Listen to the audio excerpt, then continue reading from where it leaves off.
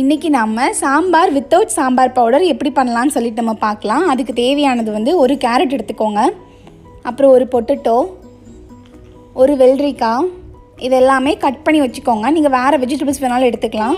தக்காளி 1 எடுத்துக்கோங்க, பச்சை மிளகாய் வந்து 3, அது வந்து நேராக கீறி வச்சுக்கோங்க. அப்புறம் ஒரு சின்ன லெமன் சைஸ் அளவுக்கு புளி வந்து ஊற வச்சுக்கோங்க தண்ணியில். 1/2 கப் துவரம்பருப்பு வந்து எடுத்துக்கோங்க. ஒரு 8 பூண்டு எடுத்துக்கோங்க. முதல்ல குக்கரில் பருப்பையும் அப்புறம் வந்து பூண்டு, அப்புறம் ஒரு சின்ன பீஸ் வந்து பெருங்காயம் எடுத்துகிட்டு இது 3ஐயும் போட்டு நம்ம வந்து குக் பண்ண போகிறோம்.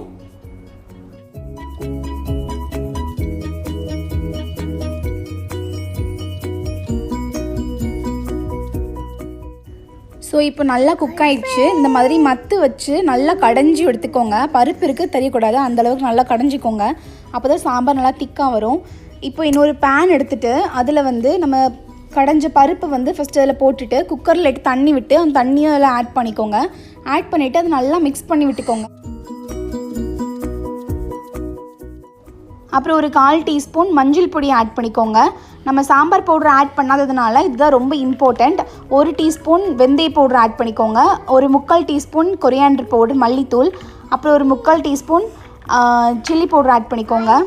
அப்புறம் சால்ட் வந்து தேவைக்கேற்ற மாதிரி சால்ட் ஆட் பண்ணிவிட்டு அதை நல்லா மிக்ஸ் பண்ணி விட்டுக்கோங்க.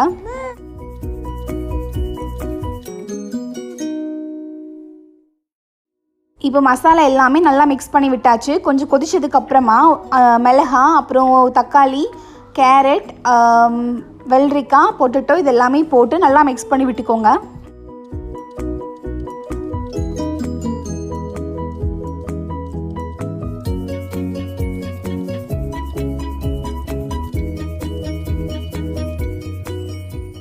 நான் வந்து ஒரு 3/4 கப் தண்ணி வந்து ஆட் பண்ணேன். நீங்கள் வேணுன்னா கொஞ்சம் அதிகமாக ஆட் பண்ணிக்கோங்க. தண்ணி ரொம்ப ஆட் பண்ணிங்கன்னா சாம்பார் வந்து தண்ணி ஆகிடும்.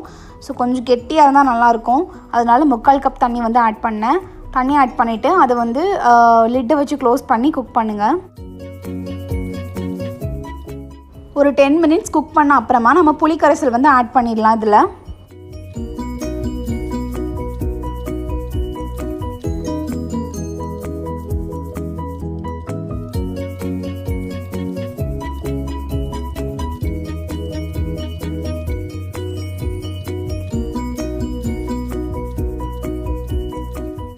இப்போ கரெக்டாக 20 மினிட்ஸ் ஆயிருக்குது. ஸோ பார்க்கும்போது உங்களுக்கு தெரியும் வெஜிடபிள்ஸ் வந்து ஈஸியாக கட் ஆகுது.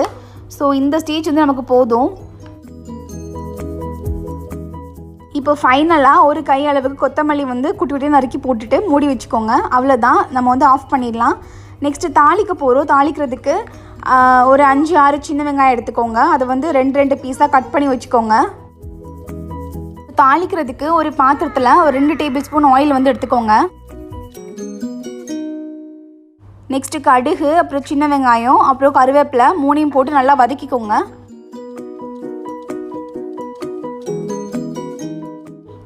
ஸோ இது இப்போ நம்ம வந்து சாம்பாரில் ஊற்றிடலாம். சாம்பாரில் இது ஊற்றிட்டு நல்லா மிக்ஸ் பண்ணி விட்டுக்கோங்க. ஸோ அவ்வளோதான், சாம்பார் வந்து ரெடி ஆயிடுச்சு. சாம்பார் பவுடர் இல்லாமல் நம்ம வந்து சாம்பார் வந்து சூப்பராக பண்ணியாச்சு. வீட்டில் எல்லோரும் கண்டிப்பாக வந்து ட்ரை பண்ணி பாருங்கள். உங்களுக்கு பிடிச்சிருந்ததுன்னா மறக்காமல் ஃப்ரெண்ட்ஸ் அண்ட் ஃபேமிலிக்கு ஷேர் பண்ணுங்கள்.